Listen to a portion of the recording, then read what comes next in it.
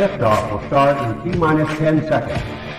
10, 9, 8, 7, 6, 5, 4, 3, 2, 1. We have ignition.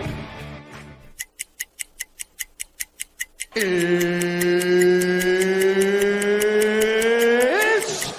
time! 17 seconds from Game 7 or from championship number 6. Jordan open. Chicago with the lead.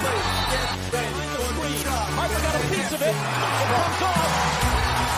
The Chicago Bulls have won their 6th NBA championship. Tying run at second, 2 out. Palmero over the head of Jenks. Uribe charges, throws, out!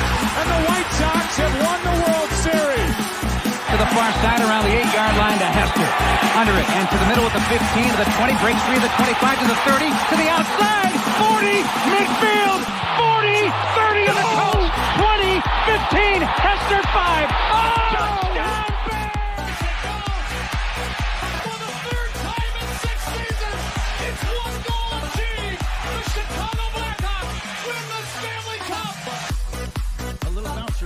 Toward Bryant. He will glove it in front of Rizzo.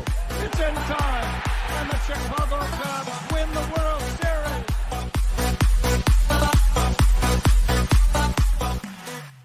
Series. What up, what up, what up? Welcome to Shawn and Maya in the morning on this TGI Mickey Ficky Friday. It's the weekend, baby. And I'm your boy, the SuperBack, Shawn Sierra. Thanks for tuning in. Man, it has been a week. It has been a week. Thank goodness gracious, great balls of fire. Let me tell you. Anyway, if you're watching us on Facebook Live, well, then I guess you found us on Facebook. And if you're not following us on Facebook, all right, what? All right, go to Facebook, type in Sports Zone Chicago, click the like button, and now you're following Sports Zone Chicago. All right, go to Shawn and Maya in the morning, like that page as well. So you'll be following both pages, not just one. If you're watching this on our YouTube channel, excellent. And if you're not subscribed to our YouTube channel, come on, man, get with the program. All right, go to YouTube, type in Sports Zone Chicago, click the subscribe button. Okay, and also click the little bell, and that's the notification button. That'll let you know anytime a show from Sports Zone Chicago is going live. You get it? You got it? Good. Now, if you're watching this on our app, yay. Listen, please don't tell me that you didn't know we had an app. What your problem is?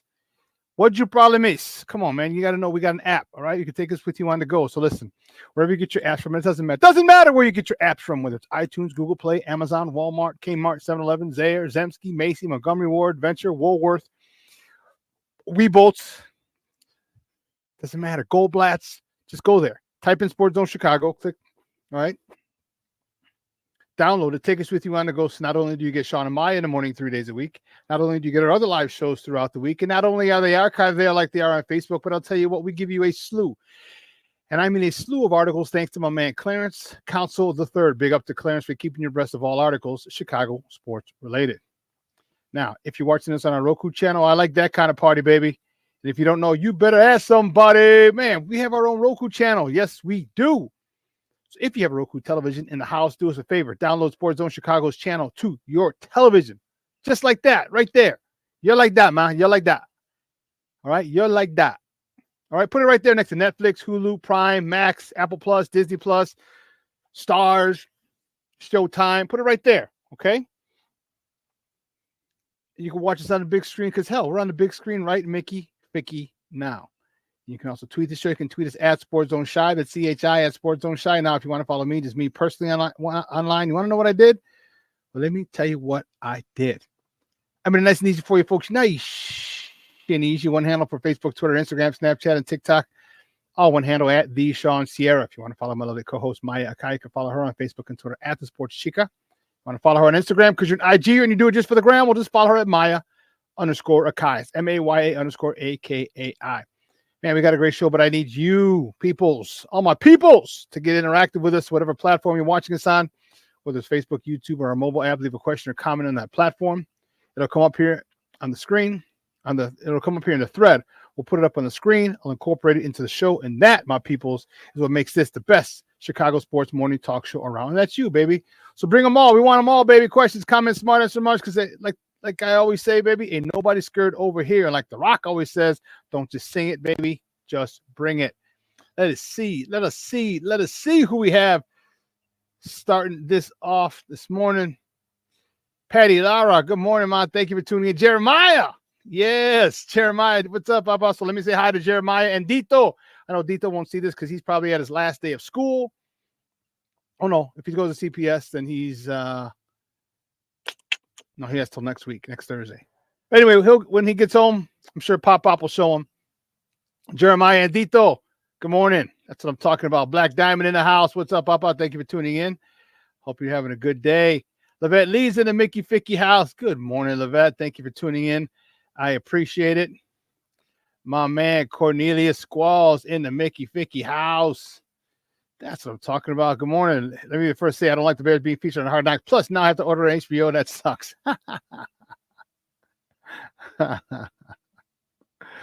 Sons of biscuits, I tell you. I'll tell you. Hi, Michelle Walls in the Mickey Ficky house. TGIF, baby, man.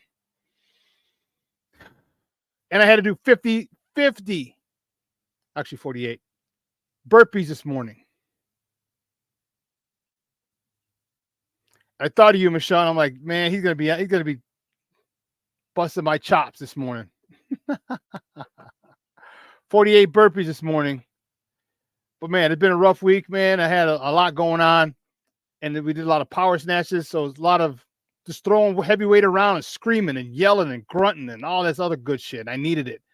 Believe you me, I needed it after the week I've had this past week. So, yeah, Michelle, I thought about you, man. When I saw the burpees, I'm like, oh boy, he's gonna. Michelle's gonna have a ball with this one. James Ford, good morning, Baba. Thank you for tuning in. I appreciate it. Listen, I don't know a lot about a lot, but I do know this. More of the usual suspects will chime in as the show goes on. That, my peoples, I know. All right. Man, we got a good show for you. We got a great show for you. 10 o'clock, my man Ken Davis from the Under Center podcast is going to join us. We're going to talk a lot of Bears from 10 o'clock, probably 10:40-ish. All right, a lot of Bears talk. Man, you don't even know, bro. You don't even know.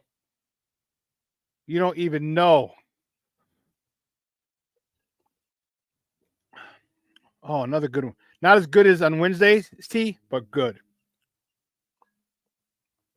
I think Wednesday's tea was probably in the top 3 cups of teas I've ever made. This one's slightly below it, but still great.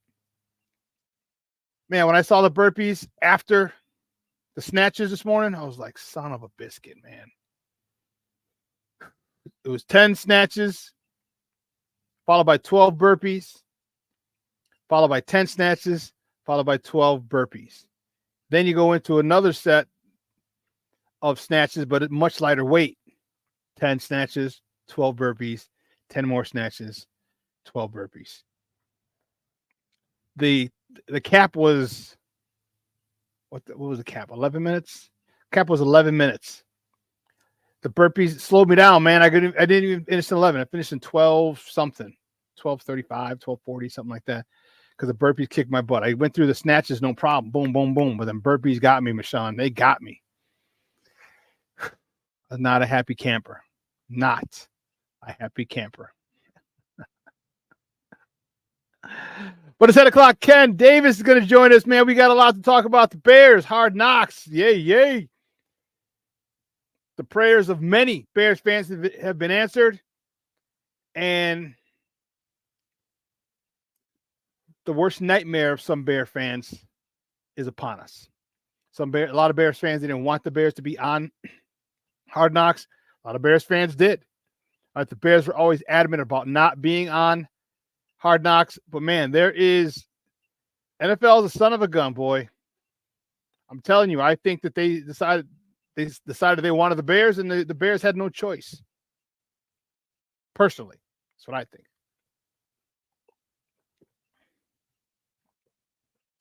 But what do I know? We'll talk about it with my man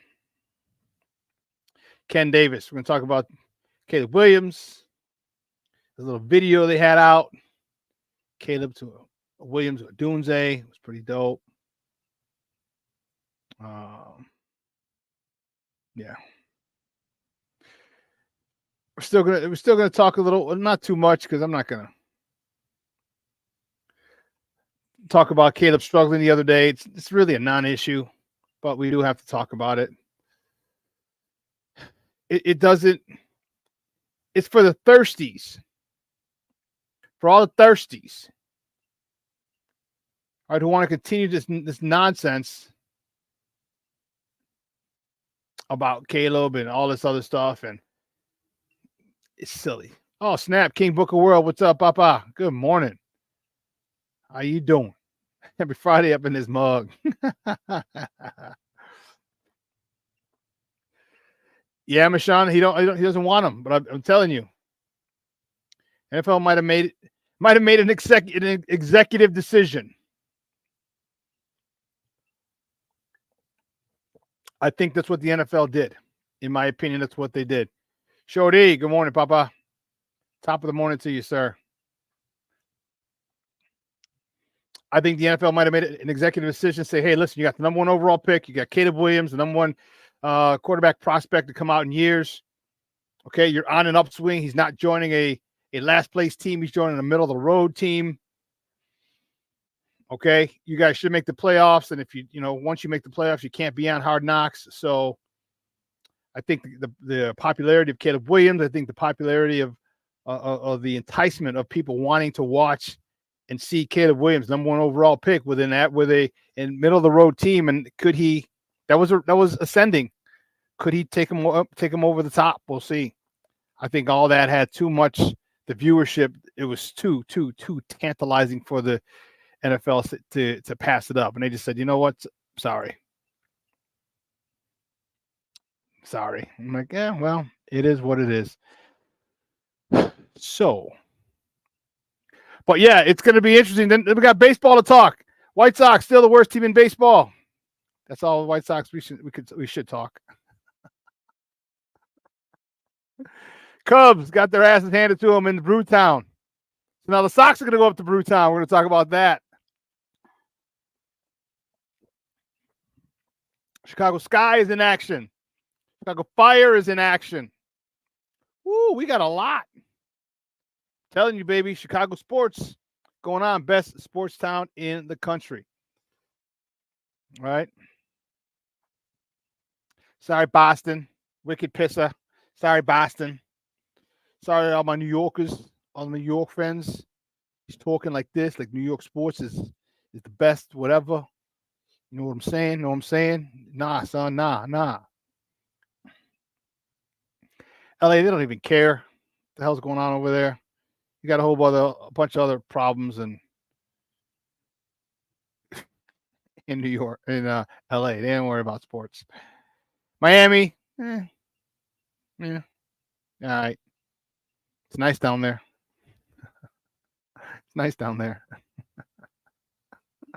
Well, we got a number 1 city for sports. 5 teams for major sports. I like it a lot. So, how is are you guys excited? Put it in the chat. Talk to me about your feelings on the Bears going on Hard Knocks. Okay, put your feelings, your thoughts. We'll bring them up. We'll talk about them. I think that's an important topic for us to delve into. But guys, you know how we do. The first segment of every show is called Top of the Morning. It won't come just when you want it.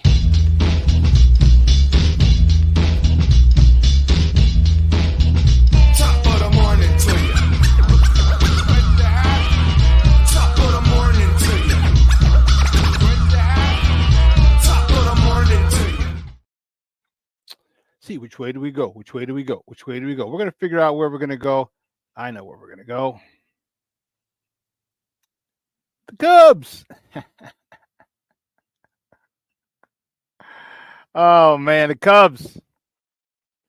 Cubs lose to the Brewers yesterday, 6-4. Jameson Taillon got the start. He got a no decision. He went 6 innings, 6 hits, 3 earned runs, a walk, 4 punch outs. Cody Bellinger 2 for 4 with a double, his 9th of the season, blasting his 8th home run of the year, driving in his 26th RBI of the season. Chris Morel was 2 for 4 with a homer, his 10th of the year, driving in his 35th on the year. Mr. Outcast himself, Seiya Suzuki. Actually, Seiya Suzuki was 1 for 2 with a homer, his 5th homer of the season, driving in his 17th and 18th runs of the year. Cubs got it handed to them in Milwaukee. There were a lot of Cub fans who went up there yesterday. It was hilarious. Saw a lot of people on my timeline had taken the trip to Wrigley North and wasn't very friendly up there. Wasn't very friendly. Well, the Cubs come home. All right. Licking their wounds. The Cubs open a weekend set against the Reds at Wrigley. All right. Today's first pitch is at 1:20 p.m. You can see that. You can catch that game on the Marquee Network, or you can listen to it on their flagship station, 670 a.m. Javier Asada's on the bump for the Cubbies. He's 4-1 with a 2.17 ERA. He's going up against Graham Ashcraft, who's 4-3 with a 4.67 ERA. What is wrong with the Cubs?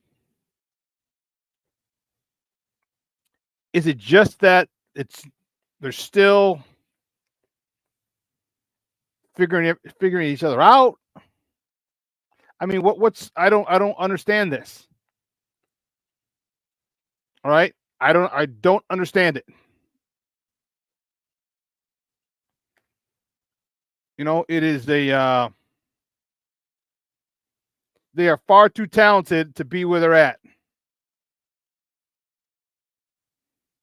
Far too talented. And it's befuddling to me.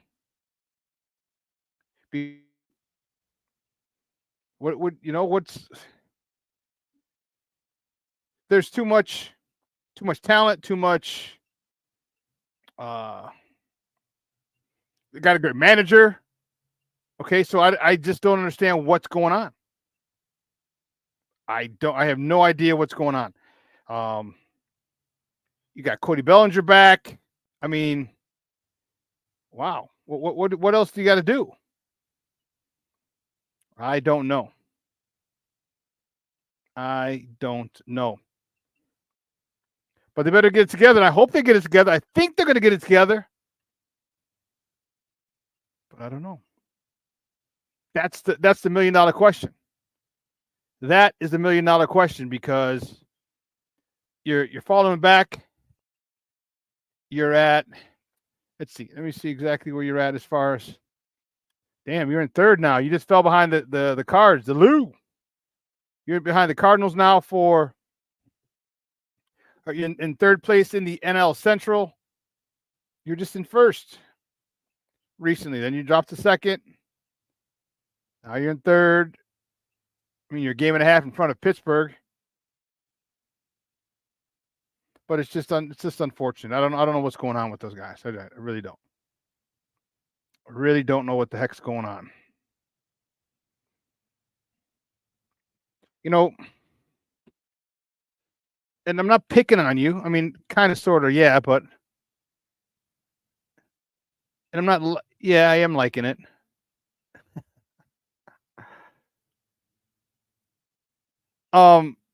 But all in all, like there's a situation here. There's a situation here. All right. And it's interesting that you get, you got the best manager available. Okay. He was definitely the best manager available. You're able to get him for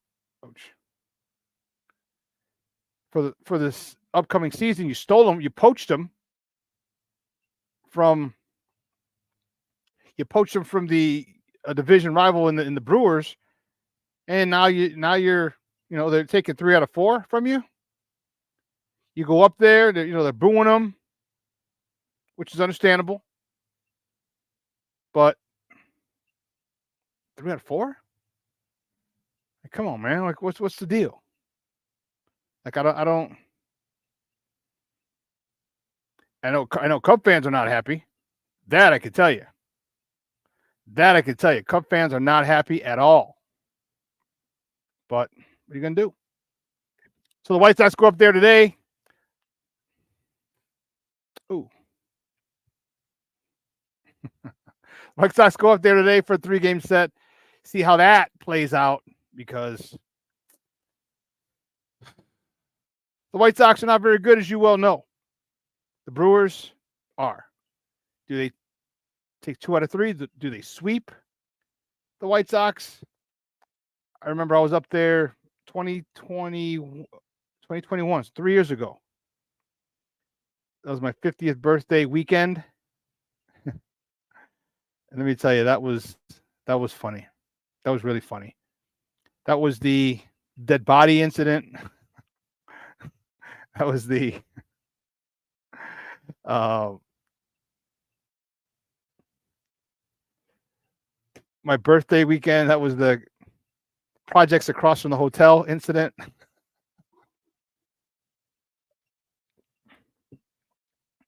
So let's just say next time we go on vacation, don't let Shawn pick the hotel. Book of World. Welcome to hell, Cubbies. Black Diamond says the hitting coach needs to be fired. Okay.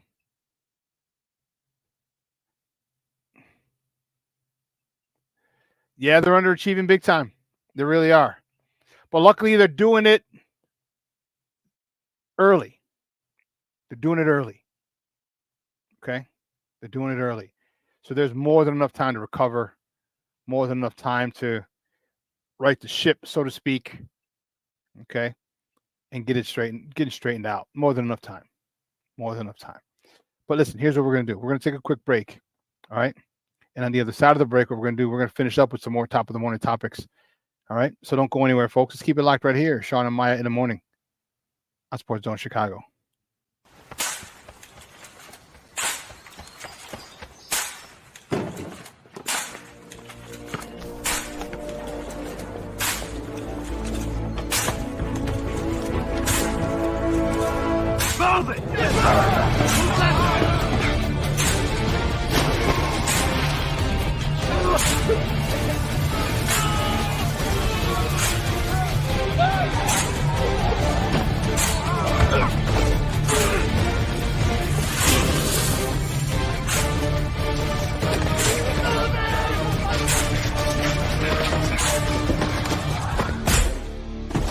Many will hear the calling. Few will earn the title. United States Marine. The few, the proud, the Marines. Hey, it's your boy, the SuperBack, Shawn Sierra, and be sure to follow Sports Zone Chicago on all social media platforms, on Facebook, Instagram, and our Roku channel. You can find us at Sports Zone Chicago, and on Twitter, we are at Sports Zone Shy. Also, be sure to download our mobile app so you can take Sports Zone Chicago with you on the go.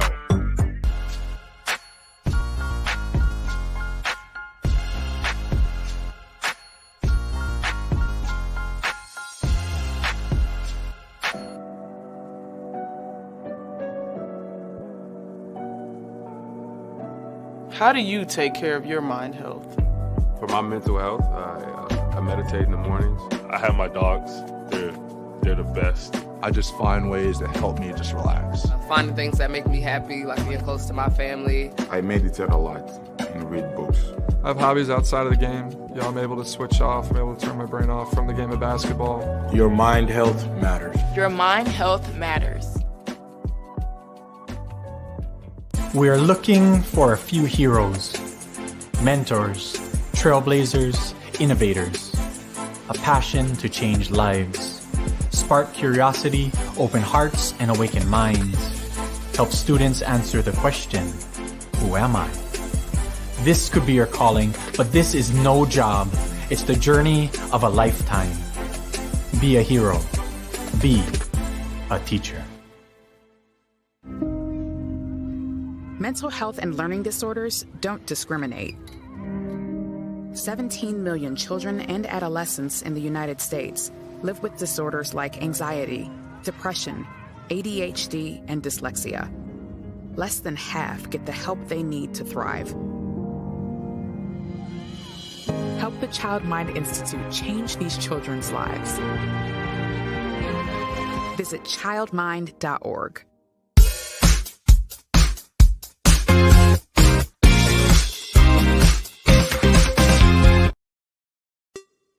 Hey, it's your boy, the SuperBack, Shawn Sierra, and be sure to follow Sports Zone Chicago on all social media platforms on Facebook, Instagram, and our Roku channel. You can find us at Sports Zone Chicago, and on Twitter, we are at Sports Zone Shy. Also, be sure to download our mobile app so you can take Sports Zone Chicago with you on the go. Time out. How are you feeling right now? Happy? Excited? Angry? Overwhelmed? One of the best things you can do for your mind health is to name what you're feeling. It can sharpen your awareness and help you talk about your feelings with someone you trust. Here are 3 questions to ask yourself. Where are your thoughts right now? In the past, the present, the future? Do you notice any sensations in your body? Is your heart beating fast? Is there a flutter in your stomach? Or are you fully relaxed? What do you need right now? Time with others? Time to yourself? Remember, there's power in this awareness. So find ways to identify what you're feeling today.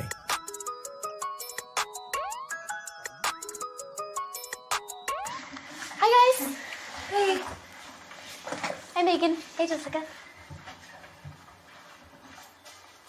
Megan, you're a tramp. Brian Fitch told me you guys made out. Everybody knows. He said your breath smells like garbage. And he almost puked. He says you're the most desperate girl he knows, besides your mom. How many boyfriends does she have anyway? Lots? Your makeup makes you look like a clown.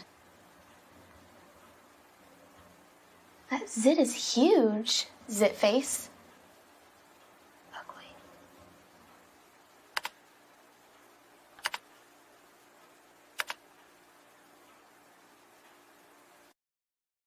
So that's going to be a big part of the story. That's drilled right field. Going back, Frelick turning and looking, and it's gone. Cody Bellinger, a home run, and the Cubs get on the board in the first. 1-0 on a belly bomb. This year, and he's been lights out. In the air, left field. That one back. Yelich at the wall. Gone. Off the bench, Seiya Suzuki, a 2-run pick. Up this left-hander, put a big swing on the ball, and hit one out of here. That's drilled right field. Well struck. Frelick back. Frelick at the wall. We are tied. Christopher Morel fired up. Hadn't homered in his last 15 games. And it is 4-4. JD, how far did it travel? Far enough. 390. Welcome back to Shawn and Mai in the morning on Sports Zone Chicago. Those clips courtesy of the Marquee Network. Those were the Cubbies yesterday, losing 6-4 to the Milwaukee Brewers, the first place Milwaukee Brewers. Ain't that something? Ain't that something? Like, you poach their manager. You poach their manager, and you're expecting big things. Like, all right, now we have the edge, managerial-wise. We got Belly back. We got all this back. We're in a good spot. And then the players underperform. Because here's the thing. You know, I don't feel bad. But Council's in a tough spot. He understands the pressure that's on him. He understands that he's expected to win, to compete for the division, to win the division. All right, he was a missing piece. Like, you wanted, like, don't get me wrong, this talent, this lineup isn't loaded with talent, but it's got more than enough. And the thought process was, you take the skipper, the best manager on the market, one of the best managers in the game, you bring him 90 miles south, and he'd be the difference. Well, he very well Could be. But right now he's not. And, people everyone's going to complain about this move, that move when it doesn't pay off. But the bottom line is the players have to play. Players have to perform. It doesn't matter. It doesn't matter what the manager does. The players have to perform. It's that simple. They have to.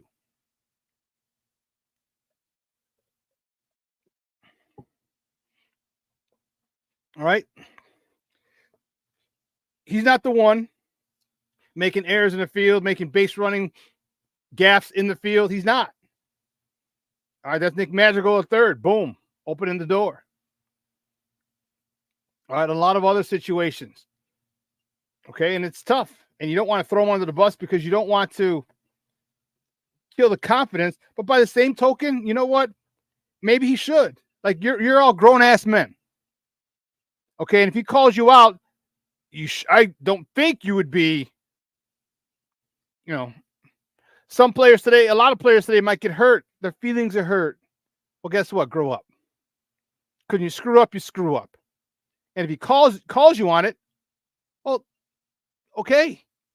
Deal with it and move on. Not enough horses for what, though, Cornelius? Like, I think they have enough to run the division, to win the division. Definitely, we're not talking World Series contenders by any stretch. They have enough. Their starting pitching has been very good this year. Starting pitch has been very good. It's a lot of self-inflicted wounds. You can't give major league teams, especially a team that won the division last year, can't give them extra outs per inning. You can't do it. Shorty. This is why I can't get into baseball. Too many games, and when your team sucks, you know it early. But no, the Cubs don't suck. The Cubs are sucking right now, but they don't suck. They don't suck. They have talent. They have enough talent to win the division. They have more than enough talent to win the division. Okay? Talent with pitching, with coaching. They're just playing bad baseball right now. AC Adam in the joint. What's up, AC? I ain't even mad no more. Just bad news baseball bad news baseball citywide this season. Yeah. Cubs are really the only chance that baseball fans have to get some good baseball. And they got to start playing good baseball because they're not playing good baseball. They're not doing it. Not doing it.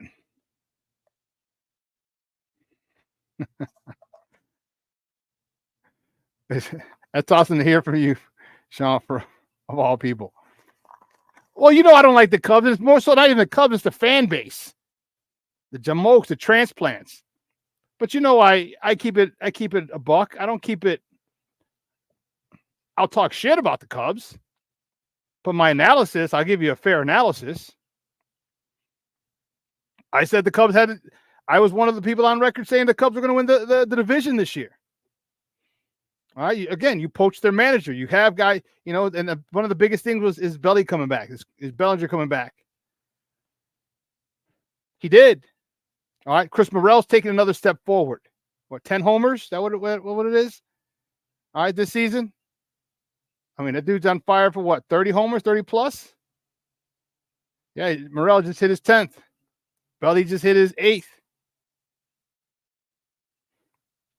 There's a lot of power in that lineup. Ian Happ, Cody Bellinger, Dansby Swanson, Chris Morel, Michael Busch, Tauchman. Like, you got some bats in that lineup. And the names might not be big-time names and household names, but it doesn't mean they're not talented. It doesn't mean they're not talented.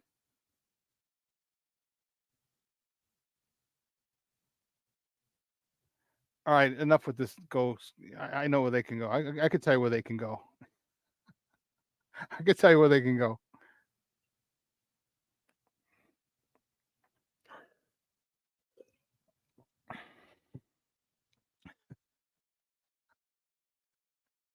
I'm sorry. Anyway. Let's do this. The White Sox, they set a 3-game set. They're going up there to take on your Brewers. So you're rooting for the Sox? Cub fans or what? You rooting for the Sox this weekend, Cub fans, or what? You couldn't get it done, so like, okay, let the Southsiders do it. Southside. Listen, if the Sox take 2 out of, first of all, if they sweep it, you're never gonna hear the end of it. I don't think they're gonna sweep it, but if they do, or if they take 2 out of 3, if they win the series, you're gonna hear it from me, Cub fans. You're gonna hear it from me. Let me tell you. The Sox start a 3-game set up in Milwaukee against the Brewers tonight. First pitch is 7:10 p.m. The game's on ESPN Plus. I also think it's on, let me double check. I believe it's on NBC Sports Chicago as well. Yeah, it's on NBC Sports Chicago as well. Or you can listen to it on their flagship station, AM 1000. Eric Fetty's on the bump for the good guys. He's 4-1 with a 2.80 ERA. Going up. What? How did I screw this one up? I can't even blame Steve or no one. This was me. I'm the one who typed this one. Damn it, Steve. It's like, I can't blame you.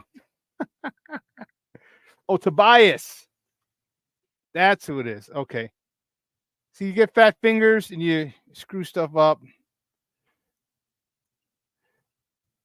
There we go. There we go. Okay. There you go. Back up there. Eric Fetty's on the bump for the good guys with a 4-1 record with a 2.80 ERA. He's going up against Tobias Myers. He's 1-2 with a 4.43 ERA for the Brew Crew. That'd be today. Man, I didn't think about it. That'd be a nice trip. That would have been a nice trip like my birthday 3 years ago. We went up there. Definitely wouldn't stay at the same hotel, but Milwaukee's a nice town. Nice little town up there. You know, it's a nice little town. So I might be going later this month. Actually, I might be going when the Cubs play up back there again at the end. Summerfest will be coming up. It's coming up this month, or next month, because today's the 31st. So Summerfest is coming up. And what they did, if you've never been, I mentioned it before, it used to be 2 straight weeks. Now they made it smart. They did it 3 weekends. I think the first weekend is Thursday, Friday, Saturday, Sunday, and then the other 2 are Friday, Saturday, Sunday, which is cool. It makes a lot of sense. So I might do that. Maybe go up and catch the Brewers Cubs game. If tickets are too much, screw them. I'm not going to pay that much to root against the Cubs. No. But I would go up there for a night or two, probably a night. To go to Summerfest. Cool stuff in Chicago. We were talking about it on Nomad show. My show with Nomad on Wednesday. You know, we were asking about talking about vacations, and I was like, you know what, I'm probably gonna take a trip up to Milwaukee end of the month. All right, and then my Bears, the road games, stuff like that. So yeah. Well, keeping it moving. The next top of the morning topic. Sky. Excuse me while I kiss the sky. That's what I'm talking about, baby. Big win yesterday at home. Big win for the young ladies. 83-73 over the Los Angeles Sparks. Marina Mabry, she led the way. 20 points, 7 rebounds, 7 assists. Elizabeth Williams, 17 points, 11 boards. Our girl Angel Reese, 6 points, 6 boards in the win. Sky won their first home game of the year. And I love it. I love it. More and more people were there, which is dope. And she didn't write. Yeah, where's the Sky? Sky is 3-3. Okay, Sky is 3-3. And let me see. This is what I want to see. This is what I want to see. I want to see how many people. What was the attendance yesterday? Come on, no me digas. Here you go. Here you go. WNBA Chicago. 10,000. Okay. 10,000 people. 10,387. Paid was the attendance was 7,900. So 8,000 people were there. 10,000 paid. So a lot of no-shows, 2,000 no-shows. But all right, you can still get, if you get the 10K on a consistent basis, we're doing good. We're doing good. But I'll tell you, as their games get against more and more and this was a high-profile team, but I mean, LA's not doing very well. All right, they're going to Indiana tomorrow. All right, that game's at 11 o'clock. That's on ESPN. That's early, but it's 12 o'clock Indiana time. Okay. And they welcome the New York Liberty back on Tuesday. Okay. Still no radio, but oh well. But I'm happy for the girls. 3-3 for the ladies. 3-3 on the season, and they're fun to watch. The next top of the morning topic. Which way do we go? Oh yeah, we can't forget Western NBA playoffs. Western Conference Finals, Game 5. The Dallas Mavericks beat the Minnesota Timberwolves 124-103. Luka Doncic, 36 points, 10 dimes. Kyrie Irving also had 36 points for the Mavericks as Dallas advances to the NBA Finals. All right, they advanced to the NBA Finals. It's been a while since they've been there. Was it the last time that they won it? I believe was last time they were there. The NBA Finals start. Oh goodness, I thought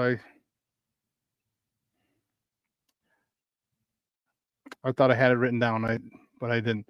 Yeah, the NBA Finals start in June. Obviously, because tomorrow's June. But trying to give you the dates, because that's going to be an interesting one. It's going to be a very interesting one, and watch how these play out. The finals are going to be Thursday, June 5th. Game 1 at Boston. June 6th, excuse me. Thursday, June 6th at 7:30.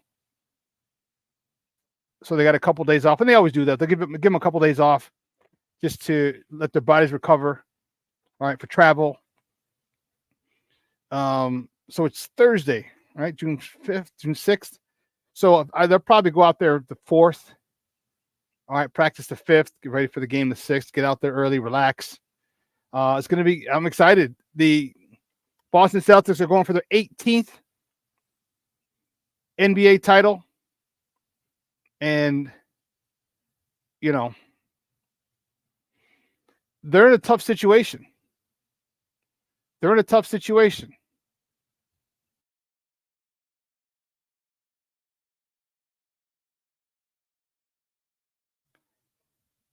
in a tough situation. They've been favored to win the NBA title all year long. So they're in a tough spot. You win it, well, you're supposed to win it. If you lose it, then all the naysayers and the shit talkers going in. There was I think I mentioned it to you. A guy placed $1. It was less than $1 bet. I think it was a 5-leg parlay. All right, a 5-leg parlay. 4 major sports. Or 5. It was a national championship football, basketball, Super Bowl, and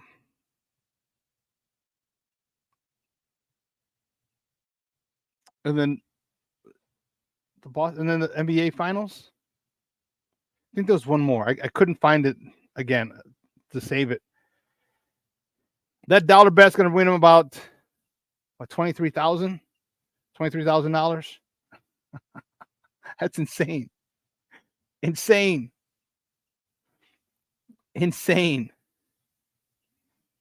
For a dollar bet. But you have to get the champ. I mean, think about it. Get the championship games right. Hell, it's hard enough to get one right. For a parlay to get 4, 5, or 6 champions correct, man. Oh, Michigan. He had Michigan in the. I think it's the national championship game for Michigan, basketball and football. Michigan had football. Connecticut was basketball. That's insane. That is wild. Wild. that is hats off to him. You know, because I'm not a gambler.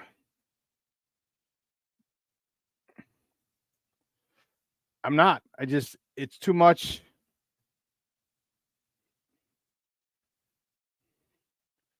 Too much. I work hard for my money.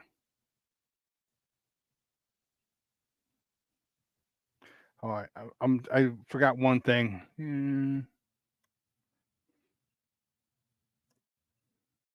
Lakefront. There we go. The next top of the morning topic, Northwestern. Peep this bad boy. Northwestern unveils a rendering of the temporary lakefront stadium. I mean, you're literally right on the lake. When they say lakefront, they ain't bullshitting. That's lakefront. Halftime, you can walk down, smoke a cigarette on the rocks over there. Put your feet in the water.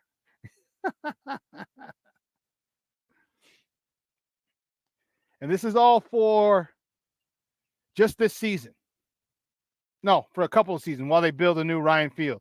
I think it's 26, so 24, 25. And then 26, they'll have their new stadium ready.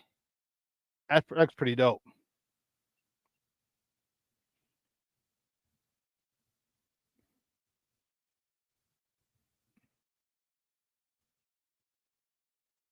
According to this, it looks like the Cubs owner decided we won a World Series, so now we're good for another 108. Yes, Sox next week. Sox and Cubs at that hellhole.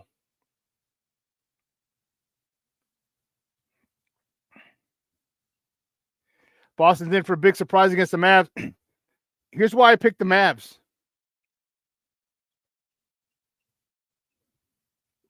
Here's why I picked the Mavs. You have not one, but two closers. And the closers are guards. How many times? Well, we'll talk about that in a second. Let's keep looking at the rendering for Northwestern's new temporary stadium, not their new stadium. Their temporary stadium. Dude, this is dope. This is dope. Like I might try and hit a game out there this year just to see that.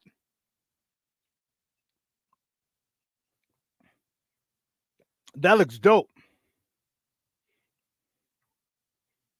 The only thing, if it gets cold and that wind is coming off the lake. Look at those stands I would assume that's the visitor side, but look at the stands right by the lake. Those are not tall stands. That wind comes whipping off the lake. It's gonna go right over the backs, into the backs of the opponents, and into the face of Northwestern. That wind is going to be a bitch. Look at that. I mean, it's dope if it's a calm day. If it's not cold and windy and blustery, yeah, it is beautiful. Man, September and October games will be dope. The sun should be right high up in the sky, not off to the west yet, because they usually play early in Northwestern. But man, don't let that wind come off that lake, boy. Don't do it. Don't do it.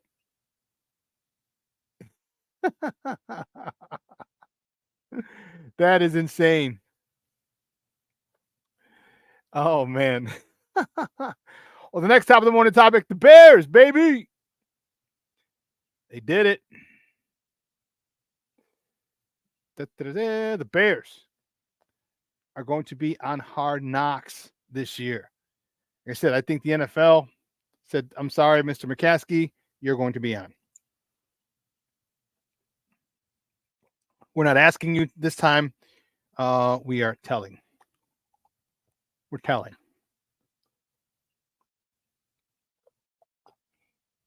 I just think that it's too much of a you can't lose that opportunity. You can't. It's going to be a max. You know, Caleb's number 1 overall pick. And unfortunately, the Bears got the triple crown. The trifecta. 3 strikes and you're out. So first, they have Hard Knocks, which they don't want. Okay. You got Hard Knocks. Okay. Then you have the Hall of Fame game, which most teams don't want because you got to field the team early.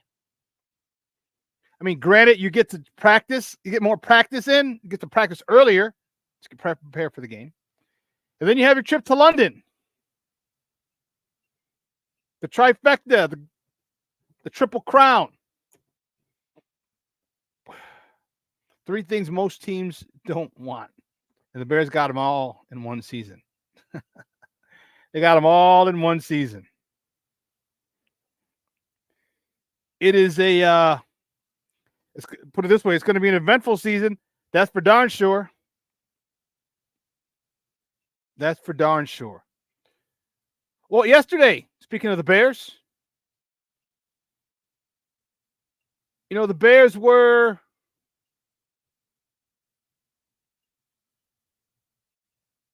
no.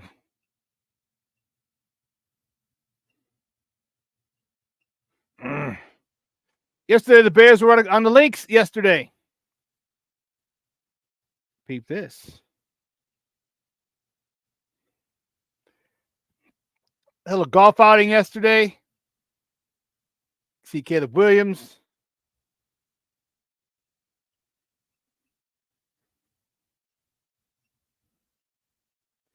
I'm not sure who that is. You got Coach Eberflus. Eberflus looks like a Russian spy or Russian bad guy. Think of all the movies you've watched. He looks like a Russian bad guy now with his facial hair. I'm not saying. I'm just saying. Tyson Bagent, and this the guy squatting down. I'm not sure who that is, but you got Tyson Bagent, and this is DJ Moore. Pretty straight, pretty good form. Pretty straight left arm as he prepares to swerve or use his torque and twist and send that ball flying. I think it's cool. It was good. The one thing I really like about Poles, one of the things, we've seen him do a lot of team building activities. And that is important. That is so cool. For the new players, for the old players, for the staff, it is imperative that you do cool stuff with your team.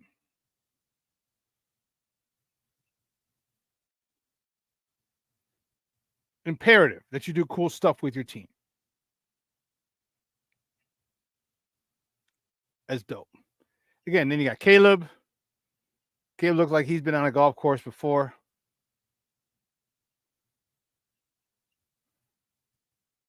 Yep. Yeah, that was dope. Looking at a couple of the excuse me. Jay Grizz, what's up, Papa? Good morning. Thank you for tuning in. Folks, party in the lake going to be warned of all the Tito's. Yeah, you said those tailgates are going to be lit. Hey, you know what will be dope? Take a look at this again real quick. Let's take a look at this. Like, is there a place for boats to dock? You know what I mean? You can't pull right. I don't think you can pull up right to the rocks. It's not deep enough. But if you built a dock, a portable dock, or 2 or 3 of them, that go out 30 feet, 50 feet. Hell, you can do it. You have a big enough endowment, and you're good. 100 feet. All right. Boats can just pull up, people get off, pull just like a taxi, It's like a taxi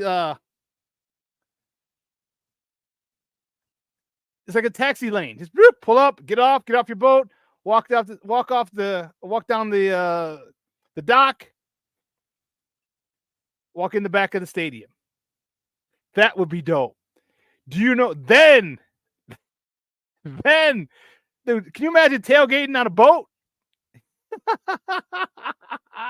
That would be dope. Tailgating on the boat to walk into Northwestern's games.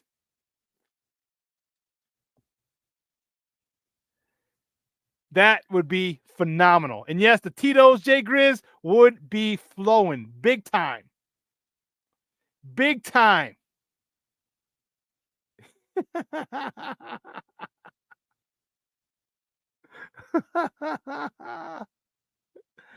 Oh, man. But I see a lot of you guys like that as well. A lot of you guys like the team building stuff, and that's important. It's really important. You know, AC Adams said, hey, I've been saying HBO all the way, or was on the way all along. Okay. But Shawn, yeah, because eyes want to see. All eyes on Kayla, all eyes on me. Jay Grizz, yep, nice to see the building of team chemistry. I'm telling you, those are fun. Those are fun. Oh, you think that was Braxton Jones that was squatting down? Okay. I don't know. I didn't see it. Let me see. Let's check it out. No, that doesn't look like him. I don't know who that is. You can't see it, but my face is all up on the screen. Yeah, I don't know.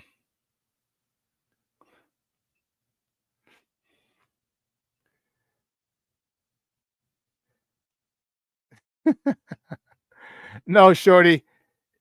You didn't. What you miss is that this is a temporary stadium while they rebuild Ryan Field or reconstruct it. He knocked most of it down, and they're rebuilding it. That's why I guess not reconstructing it, rebuilding it. So they created a temporary facility to play. That's what, and this is literally, as you see, right on the lake.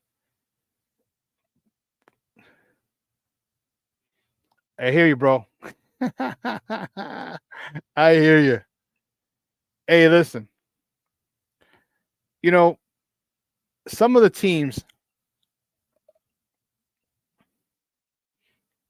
So I won a national championship with the Chargers. I won 2 national championships with the Thunder.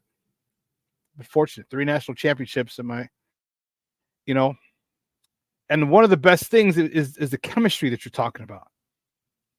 And what we did, like we'd always party. So we had good sponsors with the Chargers, and we always go to their bars and just patronize that establishment, right? And it was dope. And then with the Thunder, we would either party in the parking lot after. We tried going to a couple bars, but we got into too much trouble because people didn't like big guys trying to hit their girlfriends or whatever, or their girlfriends excited about a big guy, whatever. We've always had the greatest chemistry. We went down to Miami, we got into a big fight. A couple people got arrested. It's crazy. So the teams with chemistry are usually the good ones. All right, usually the good ones. So I'm glad to see that Ryan Poles is really getting them out as a team and doing a lot of cool stuff. Because to me, that's important. All right. But what's also important, we got to take a break. And on the other side of the break, my man's in them. Ken Davis is going to join us. We got a lot to talk. We're going to continue this Bears talk. Talk HBO Hard Knocks. We're going to talk Caleb should be benched or cut because he threw 7 incompletions and the 7-on-7. Who's the starting quarterback? Is it Tyson Bagent because of that?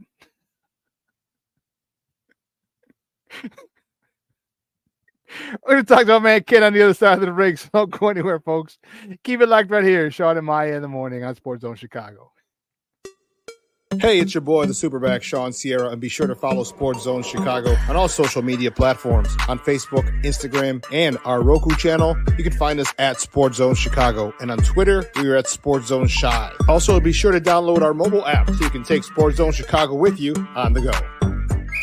Time out. How are you feeling right now? Happy?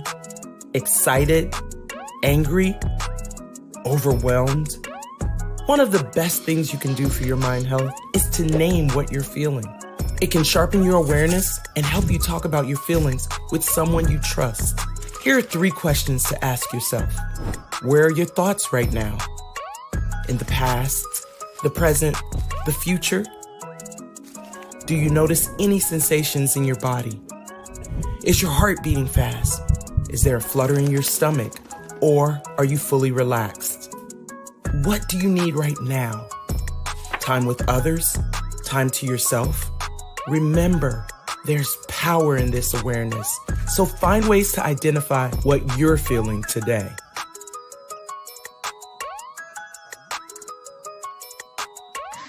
Hi, guys. Hey. Hi, Megan. Hey, Jessica. Megan, you're a tramp. Brian Fitch told me you guys made out. Everybody knows. He said your breath smells like garbage. And he almost puked. He says you're the most desperate girl he knows, besides your mom. How many boyfriends does she have anyway? Lots? Your makeup makes you look like a clown. That zit is huge, zit face. Ugly.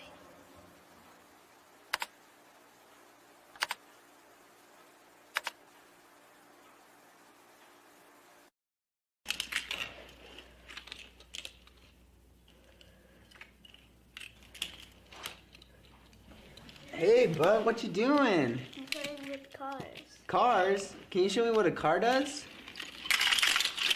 Whoa, whoa, whoa, whoa, whoa. Hold on a second. First of all, this is a school zone. So you need to put down your cell phone, stop texting, and let's get to driving. Now you're coming up to a stop sign, right? You need to slow down and stop before you hit that Y line. I want you to look left, right, left. You don't want to get hit by a car going on your left, and to your right to make sure you don't get sideswiped by a guy coming from your right. You're coming, and you see a crosswalk. You better slow your horses down, because the #1 rule of driving is always yield to pedestrians. Now stop, pull over, and you are done driving. Gosh, what do they teach you kids in school nowadays?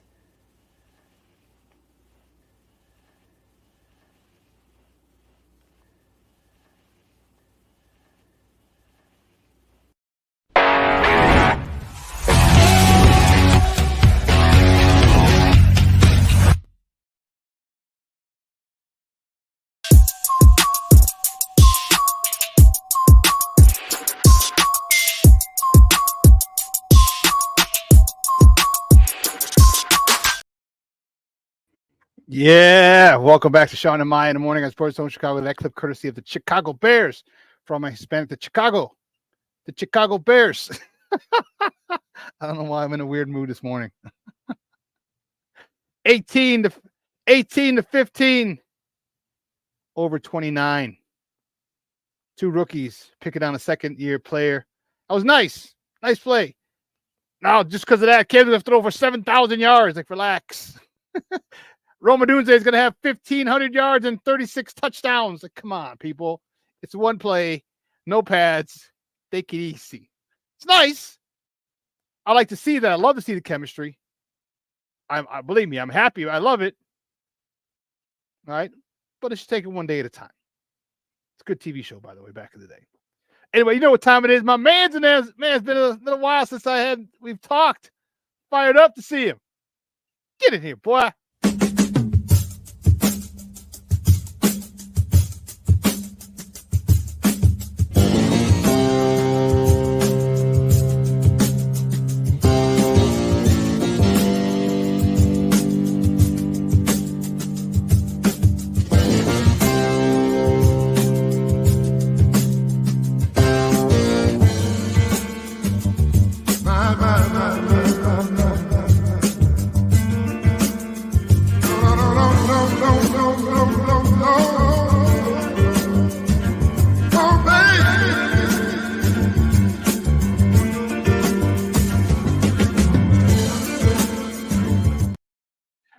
What's up, Ken? How you doing, big dog?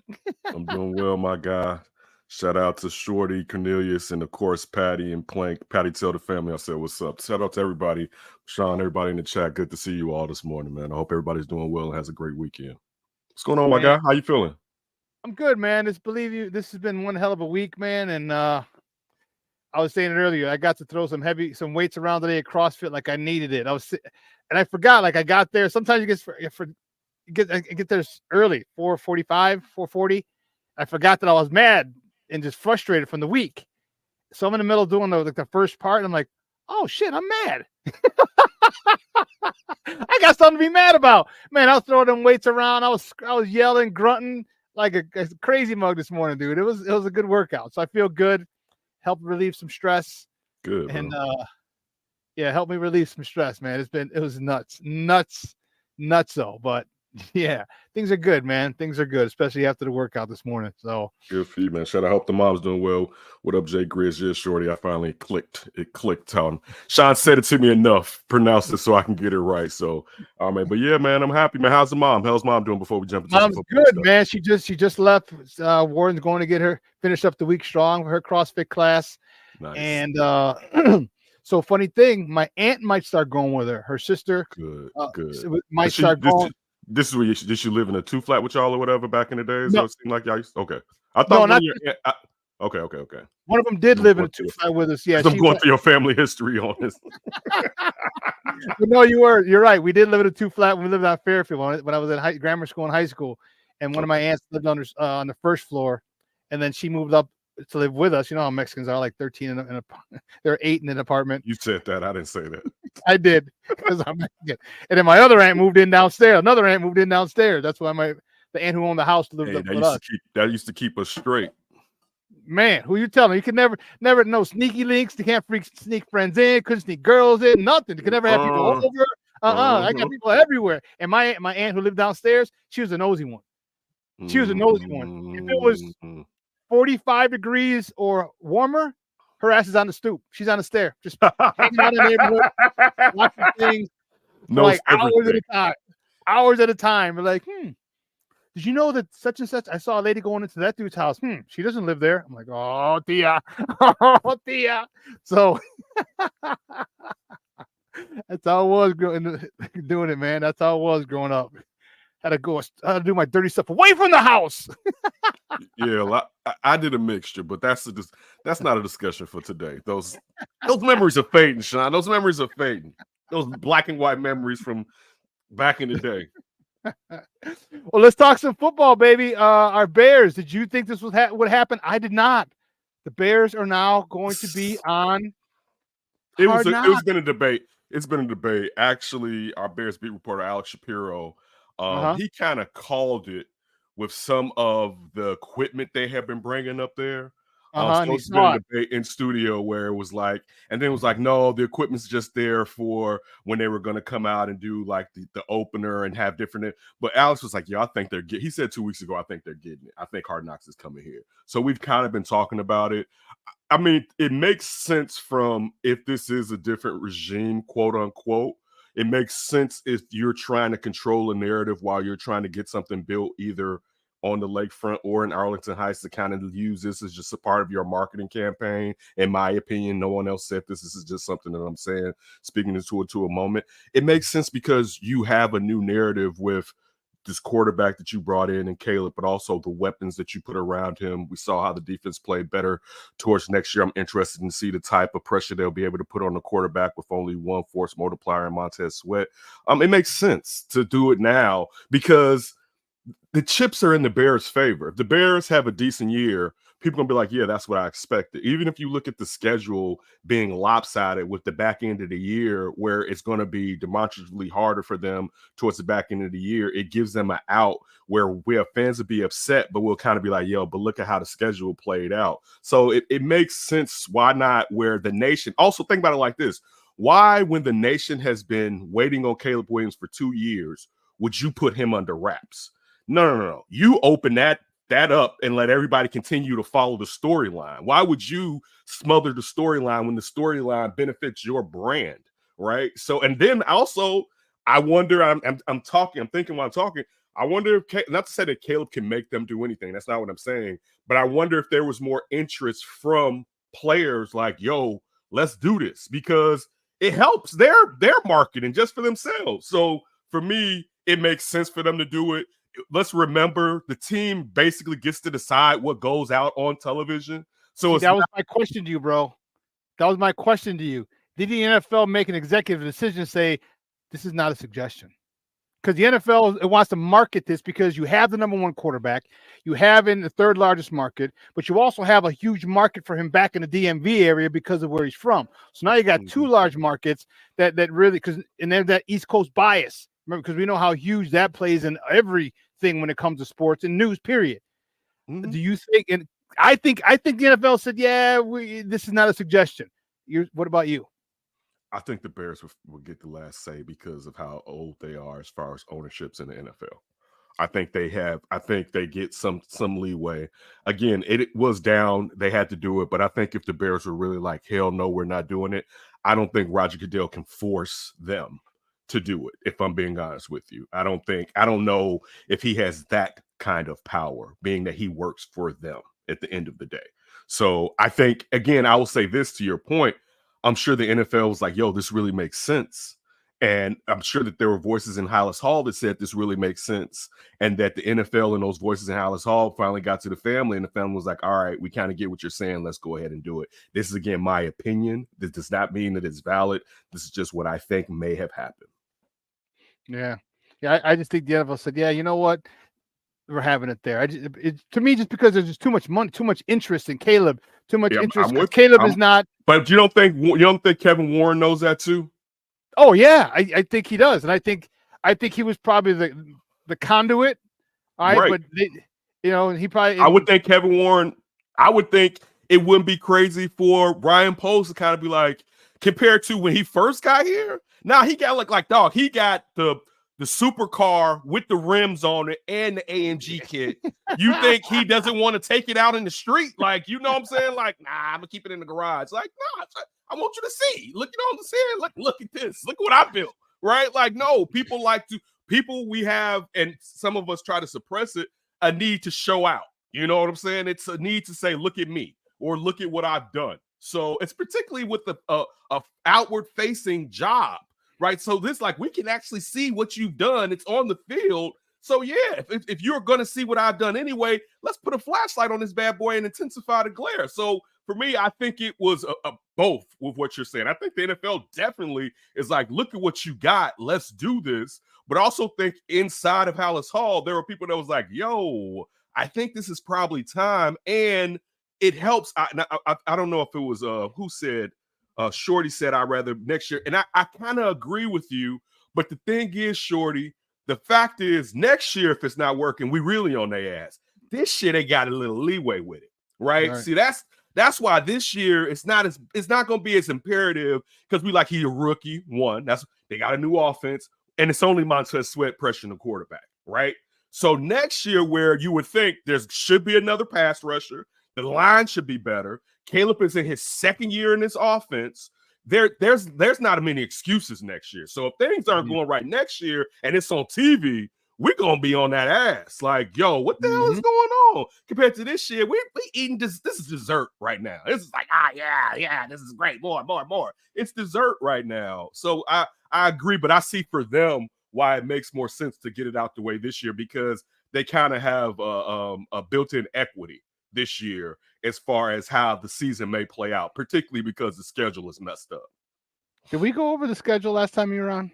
No, we didn't go over the schedule because that came out like a week or two ago, and I think I haven't been on here for like 3 weeks to a month at least. It has been about almost a month. So let's check this out. How big of a favor did the NFL do the Bears? All right, because till week 11 is really their first. Let me not say that. It's when their tough stretch begins, because Tennessee's going to be all right.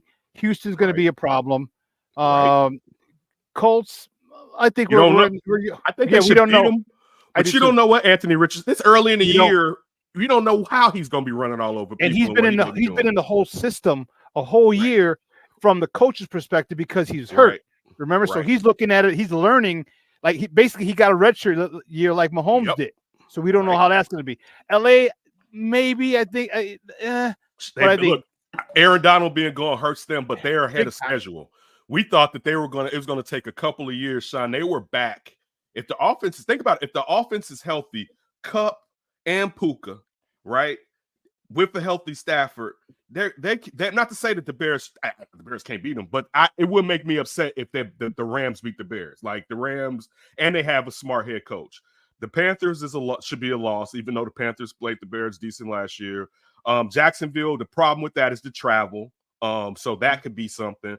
Washington, I would take the Bears over Washington. The Cardinals played harder last year and seemed like the players have brought into the new front office and the head coach. And then you throw in the fact that now Kyler Murray has ace up his sleeve and Marvin Harrison Jr. They should beat the Patriots. Packers a problem. Well, let's stop at 10. Let's stop at 10. Okay. Let's stop at 10. Okay. So that's nine weeks.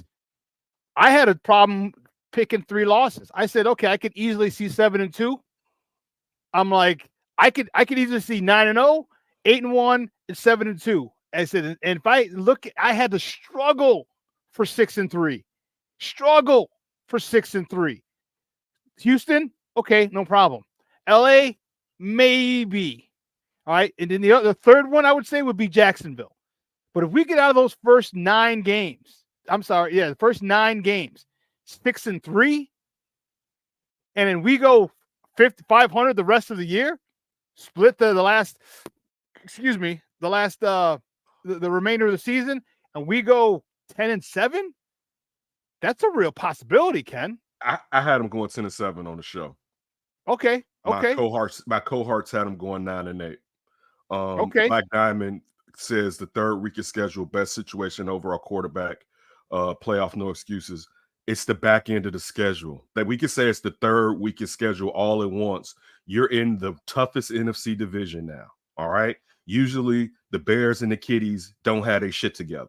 All right. Usually something's not right. You could count the Vikings may be good. Not saying they're going to be good this year, but look at their skill set.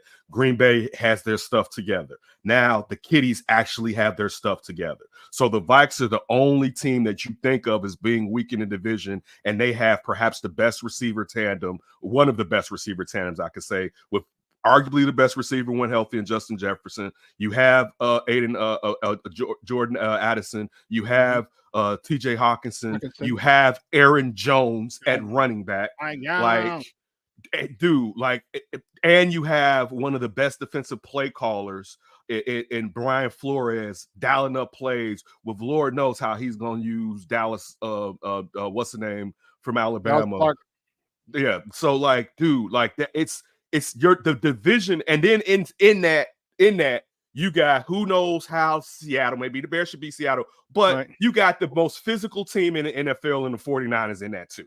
Yep. That's a rough stretch on the back end of the season. Let's talk about this though, bro. Let's talk about this.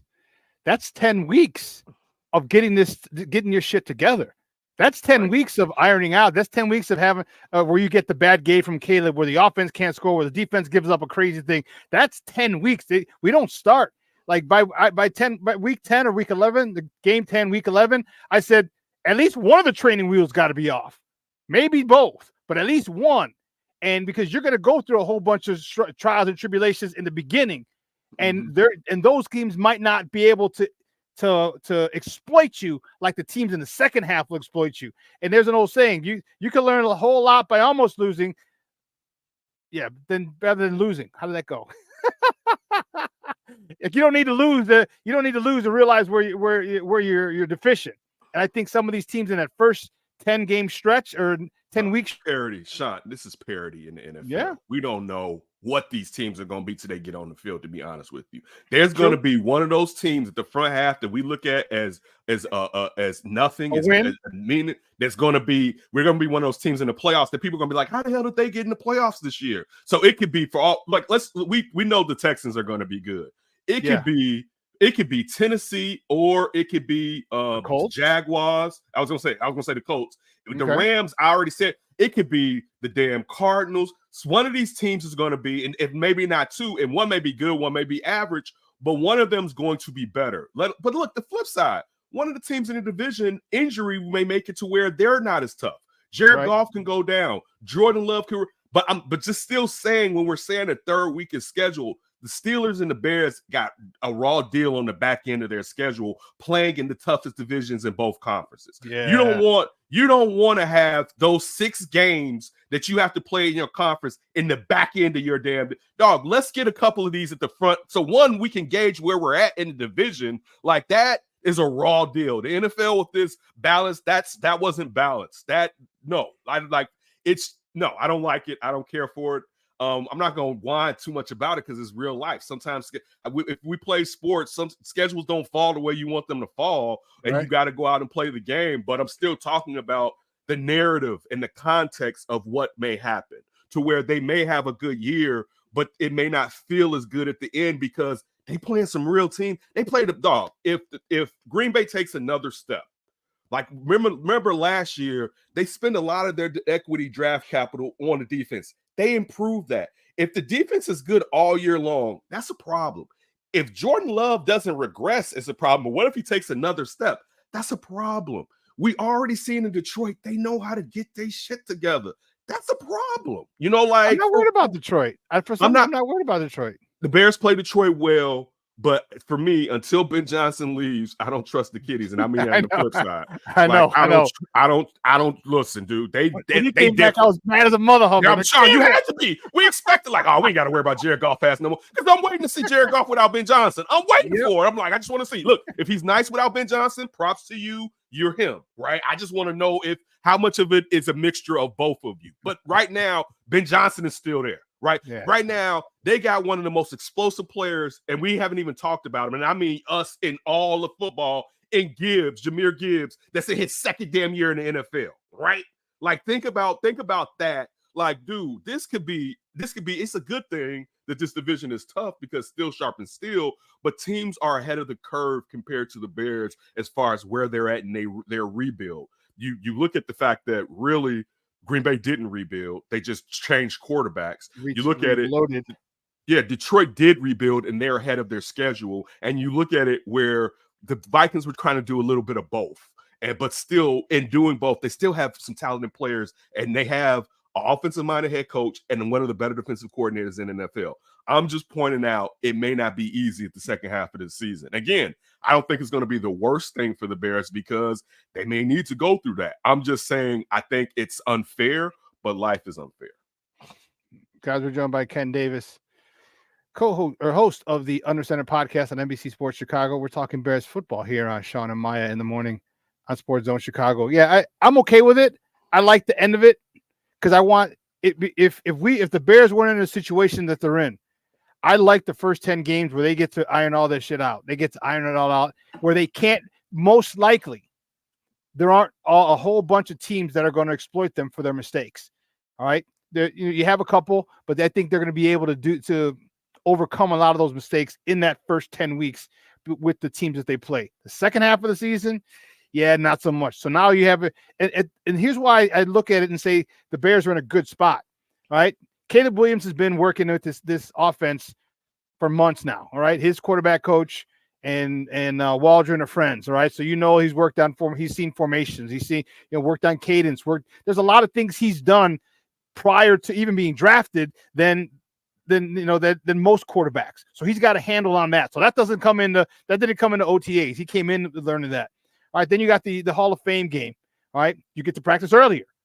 Okay, because of that game. So now you're more. Then you get a game in. They might have a series or so, maybe 2. That's about it. But nonetheless, it's still game action. All right. That extra time that they had, to me, is going to help determine. It's going to help those training wheels come off sooner. Because I would have said the whole year, or maybe week 15, 16, 17, 18. All right. But all this extra stuff that they have, I really think some of the training wheels come off after week 10.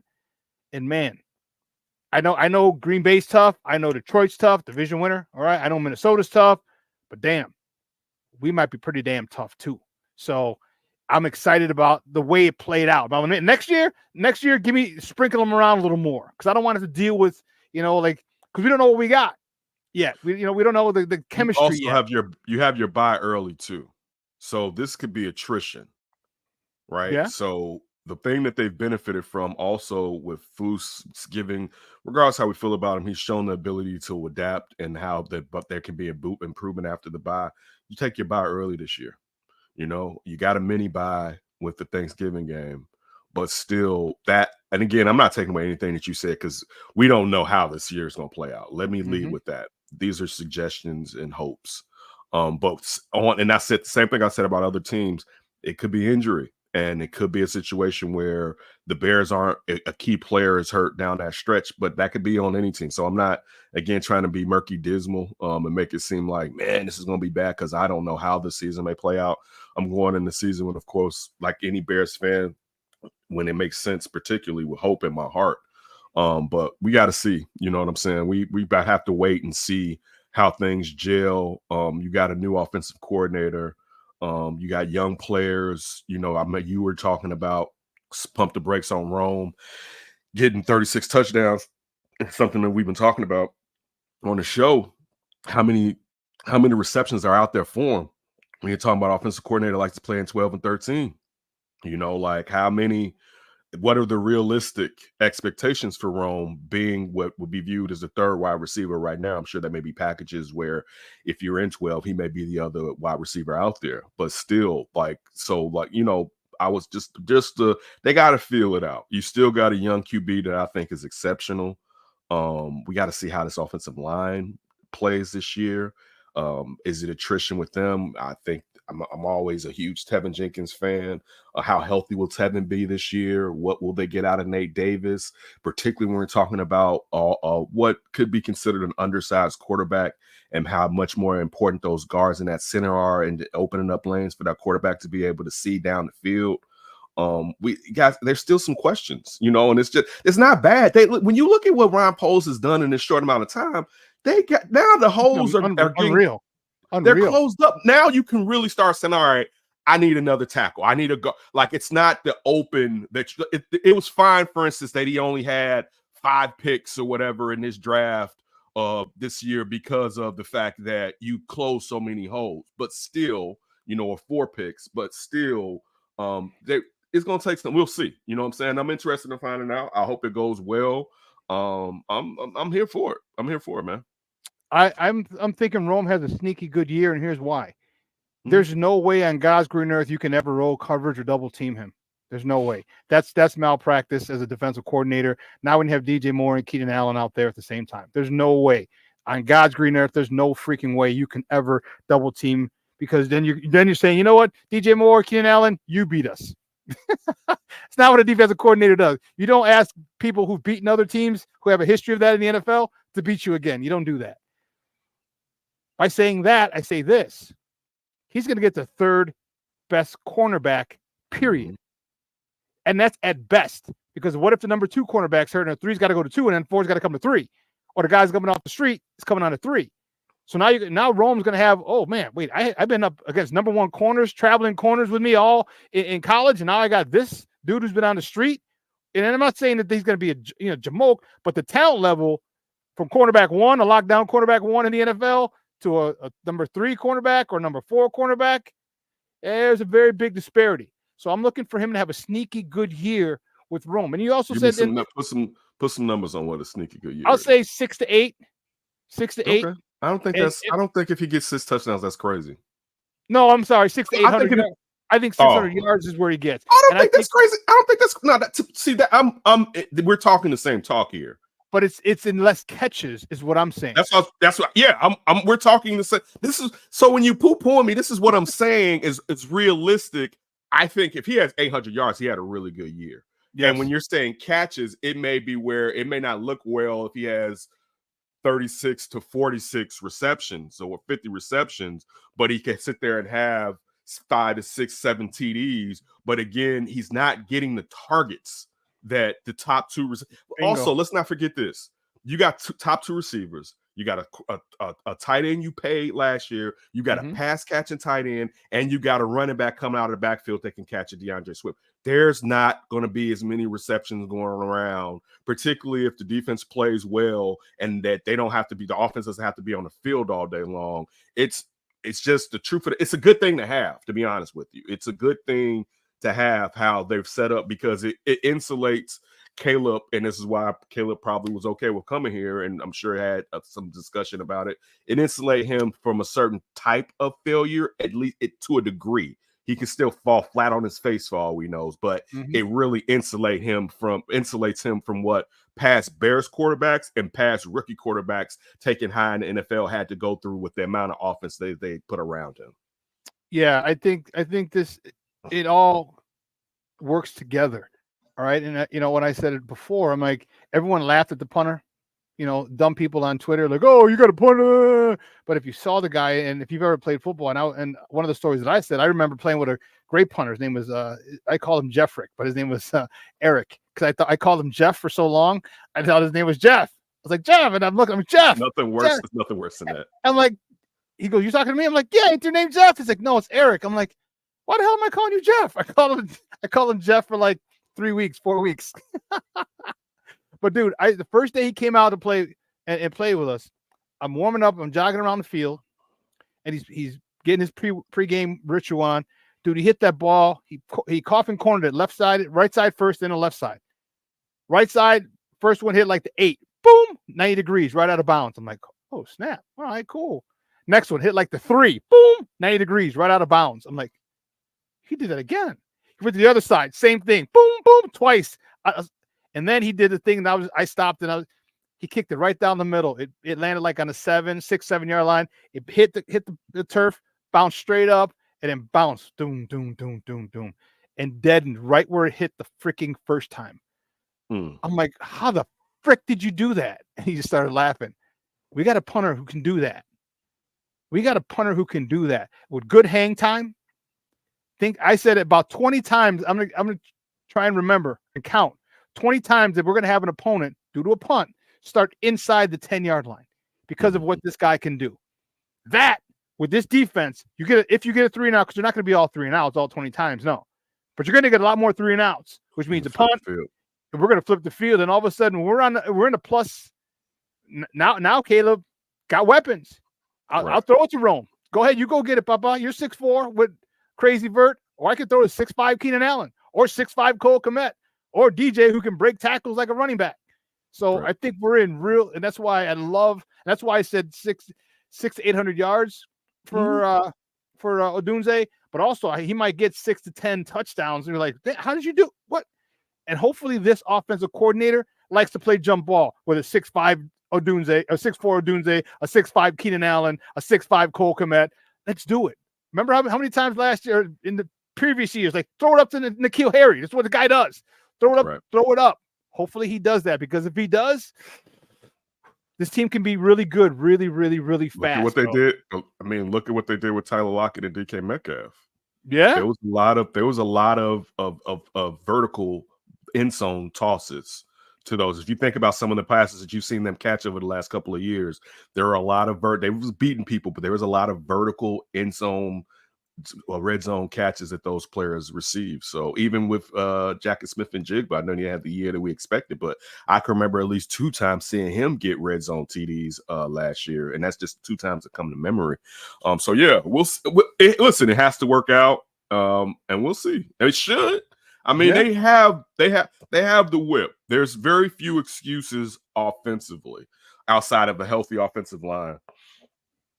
There's very few excuses. Defensively, what about the defensive side, man? Because you didn't get the other pass rusher, but I'm okay with Booker being the Mark Anderson, like third down, like go get the quarterback. Shawn, we've been saying that for 5 years, right? Oh man, if we can only get the market, there hasn't been one. It's not, but it's what could happen, but it doesn't mean it will happen. Let me say this: just because Austin Booker's not Mark Anderson this year, that wouldn't mean that he's a bust or anything moving forward. It just may mean how the defense. Okay, let's go back to that. Mark Anderson was the rotational third defensive end when you had a nice tandem. All right, when you had a Wale Ogunleye and you had Alex Brown already to go with, depending on if Tommy Harris was healthy, Tank, Spice Adams, like you had guys around him compared to right now, you have a guy.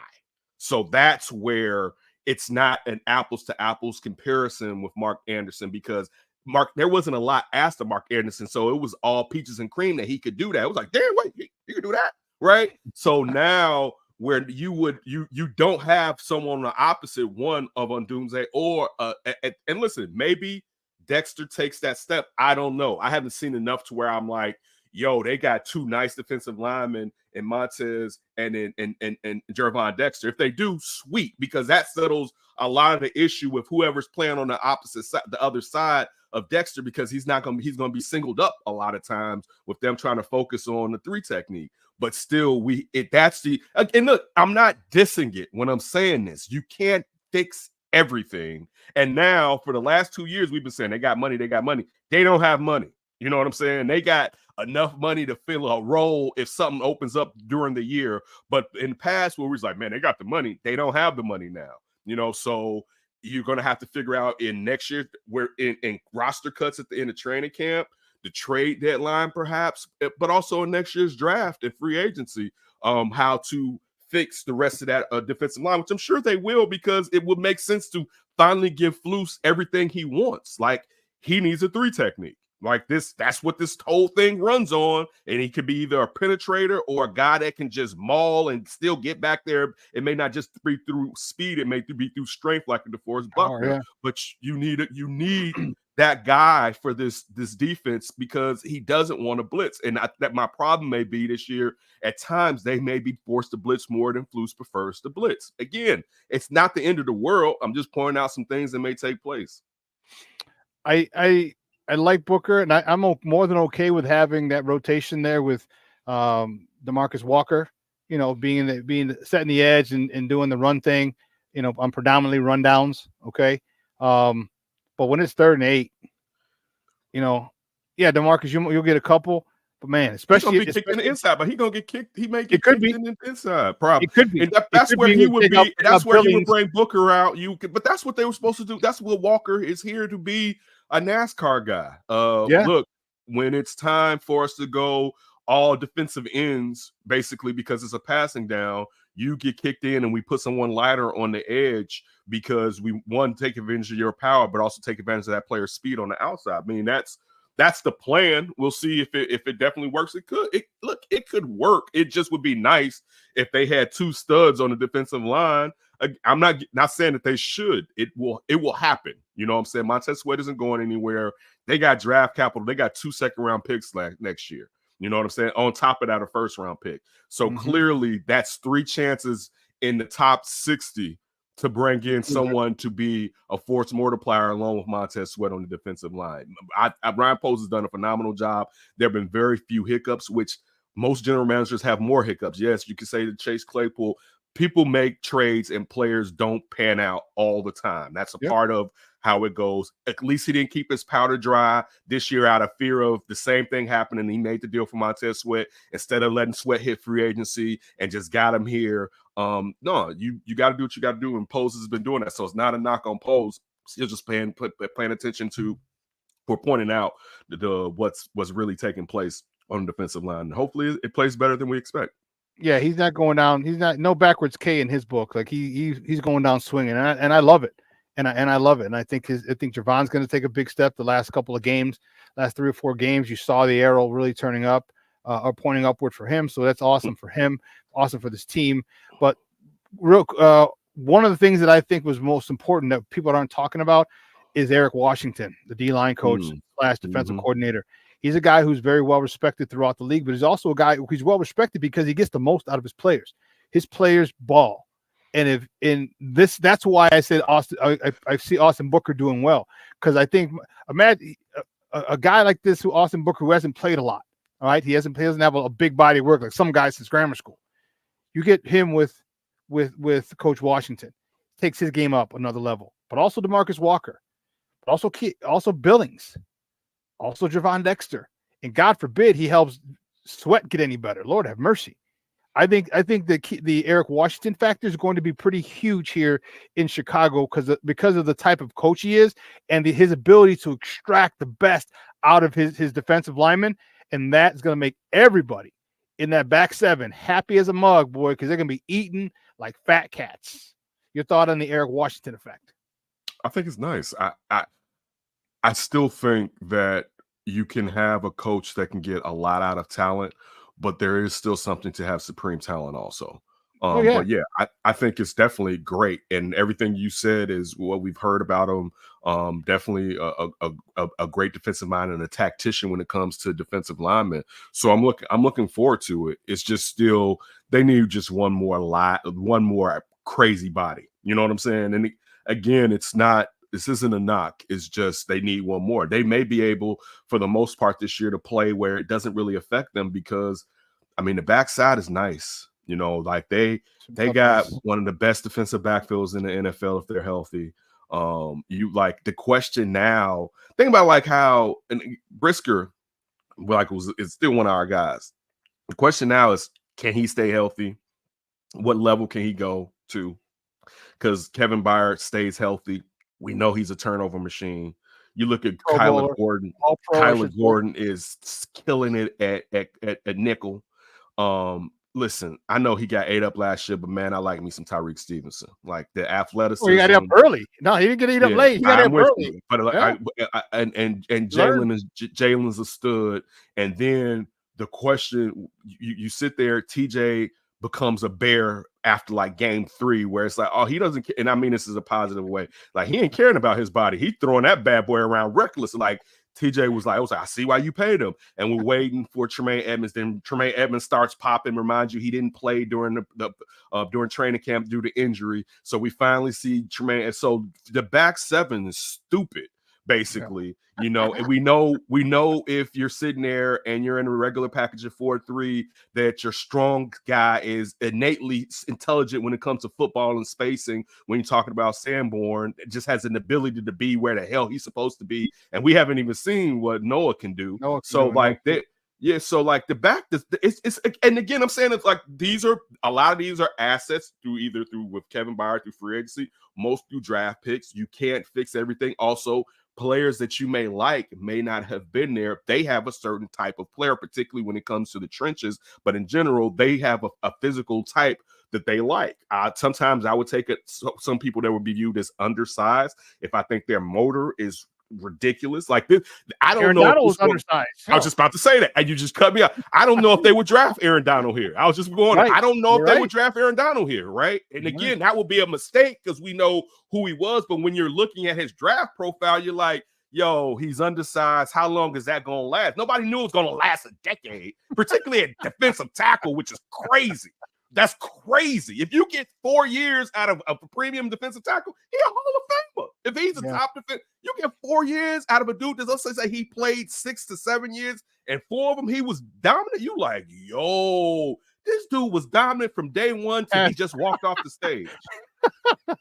When they announced his name, so when he retired, that moment, I remember we got Khalil Mack. We like, Aaron Donald, what you gonna say? He was like, I'm gonna show you that I'm still Himothy.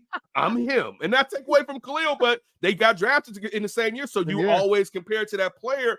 He never missed a step, dog, from tackle. We're not talking about from edge. From DT, dog. I've seen John Randall. I've seen Warren Sapp. And I'm going to put that, dog, for me to say this, I'm talking about John Randall. I'm going to put him above them. All right. I'm going to put him above them. And John Randall was crazy. All right. Like, I'm going to put him like, just because of his longevity, because they're both disruptors in the middle. John Randall was definitely crazier, but he just did it for, like you said, there was never a bad year. Never. Like it's double-digit sacks from a DT, consistent double-digit sacks. In a league where the linemen now, it's nothing that they're over 300 pounds and they're 6'7" half of the time. And you getting double-digit sacks from the interior of the line consistent. That's crazy. It's crazy. We still don't respect the fact of, and I think we all love Aaron, but that's a DT doing that every year that's undersized. Is crazy. Yeah, that's undersized. You get 10 sacks from an edge, you're ecstatic. I'm happy to see him. Dog, that's basically 17 sacks a year. Because we ain't even talking about, but we're talking from a straight line. The pocket is collapsed. All right, collapsed. You running out, right? The pocket's collapsed. Man, that is. Yeah. I'm happy. I loved them. I was mad when they drafted him, boy. I'll never forget that day, dude. I was in class. I was at ICB at the time, and we had a break, and I was running back and forth into the studio to see an ESPN, and I was like, "Oh, okay, the Rams are up. All right, cool, because we're after the Rams. They need someone else." And when they said Aaron Donald, I was like, "Fuck!" And the people came in like, "What happened?" I was like, "Damn it, they took Aaron Donald." Like, what? What? You didn't know sports. I'm like, they took Aaron Donald. Like, get out of here. You don't know what the hell's talking. You don't know anything about sports. Man, I was mad as a mug, dude. When they took I was like that when Miami drafted D Wade. I remember some young lady that came over. I was like, just wait real quick. I just got to see when the Bulls draft this player. And then when Miami jumped up, I said, we can go. So I was like, let's go. Damn it. Oh, dude, that's awesome. Ken, man, it's man, every time we get together, it's always a party. It's always a great time. Look at my man playing. Like, I love the way Ken gets fired up. Thanks, man. Hey, man, thank you so much. I appreciate it. Do me a favor though, let everyone know where they can find you and your work online and on TV. Superstar. Check me out. Of course, follow me.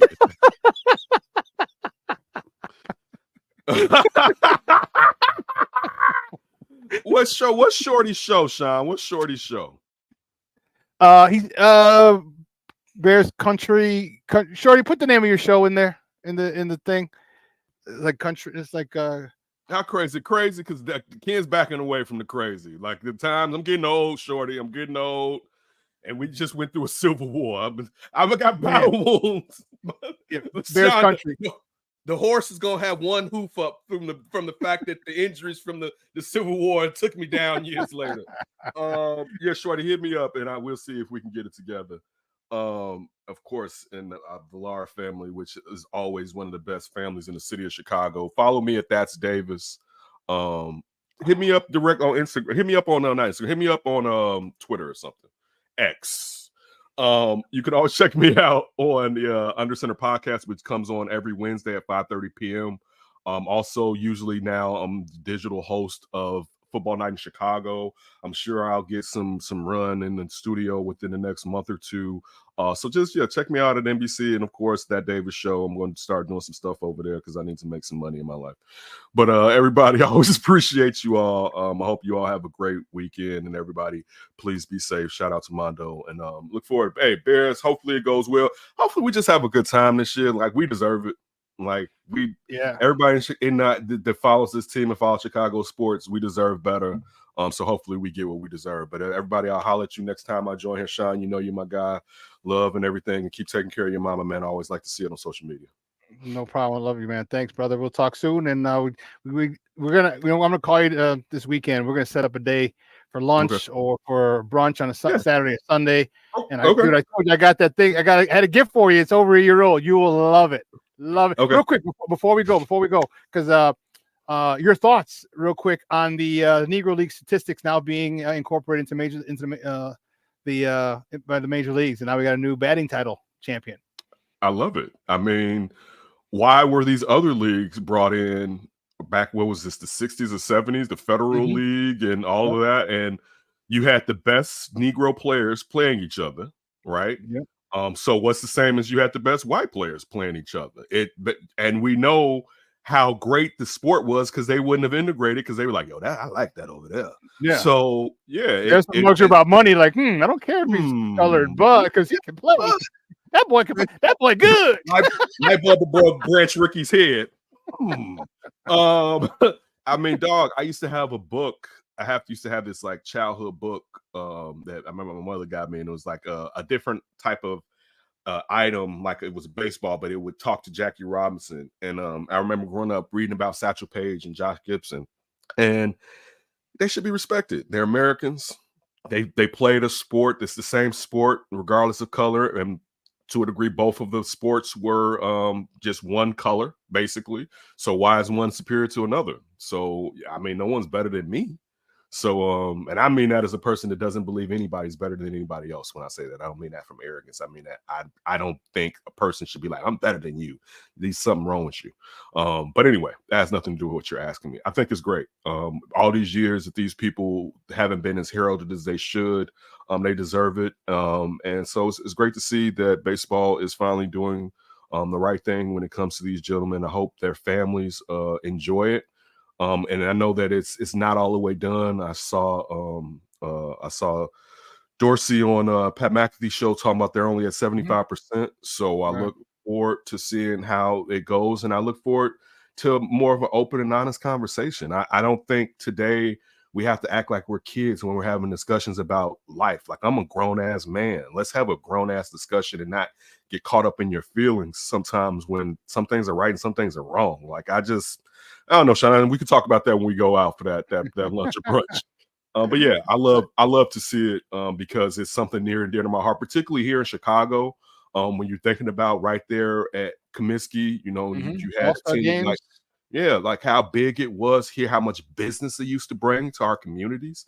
Yeah. So it's something that I think all society, but even just as far as Black people, we should look at, because some of those ways we need today, to be honest with you, when we're talking about circulating a dollar consistently within our community. But that's a discussion for a whole nother day and a whole nother subject matter.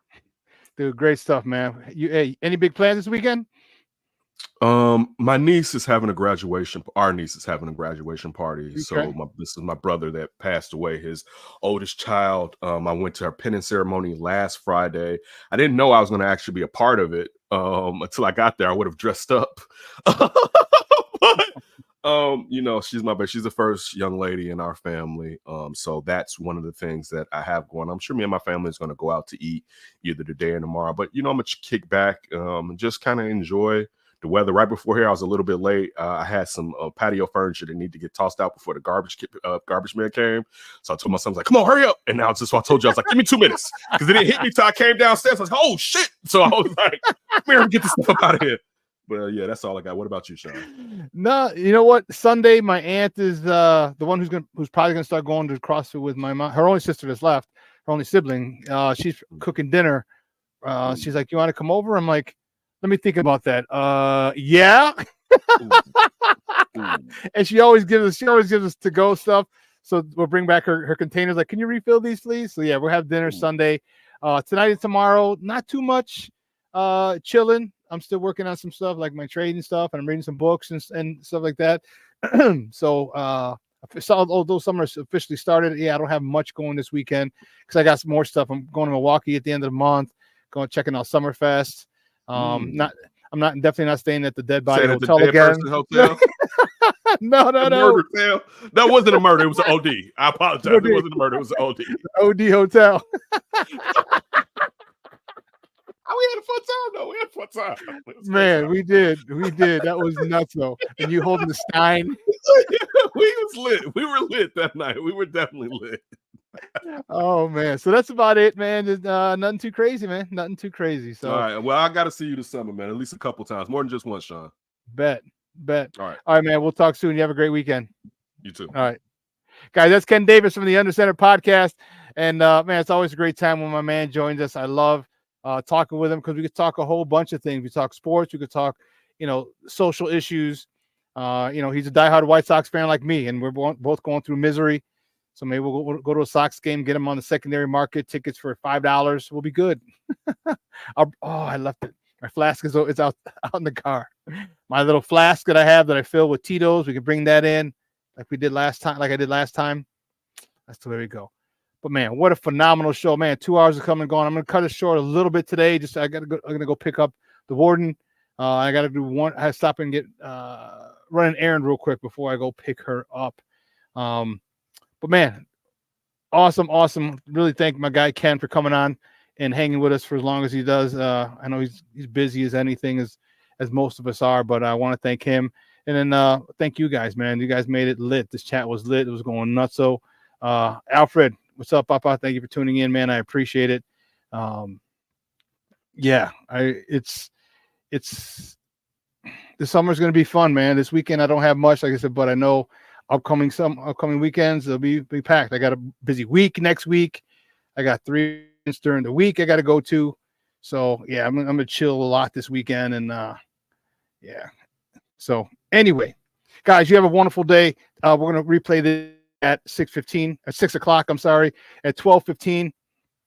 Sydney and Lakina and Second City Sports are going to join you. And they'll take you for another 2-hour ride of Chicago sports. So make sure you tune in there. Smoke Fellas are on tomorrow morning at 11. All right. And then again at 6. So make sure you guys tune in to Sports Zone Chicago. Just watch us on YouTube. Please do it that way, and watch us on the big screen. Just go to YouTube so we get the views. Okay, like, share, and subscribe. Please like, share, and subscribe. The channel. We're growing, and we want to do a lot of cool stuff, and we need your help. All right. So for everyone here at Sports Zone Chicago, Elliot Baez, our executive producer, Clarence Council III, our social media guy, and my co-host in absentia, Maya Akai. I'm your boy, the SuperBack, Shawn Sierra. Guys, have a phenomenal weekend. Sports owners, I love you. I appreciate the love and support you guys give me every single Mickey Ficky day. I really, really do. All right. So for everyone here at Sports Zone Chicago, guys, have a phenomenal weekend. It's going to be awesome. Get out to the patios, rooftops. All right. The patios, rooftops, outdoor. There was festivals. Forgot festivals. Make sure you hit the festivals and spend time with your family and friends. Make it easy. Now you can meet at a festival and hang out with people you haven't seen in a minute. Like tonight, I might end up going to a bar with a whole bunch of my guys from high school who are actually performing at a band. So we'll see. All right, guys. I'm your boy, the SuperBack, Shawn Sierra. I am out.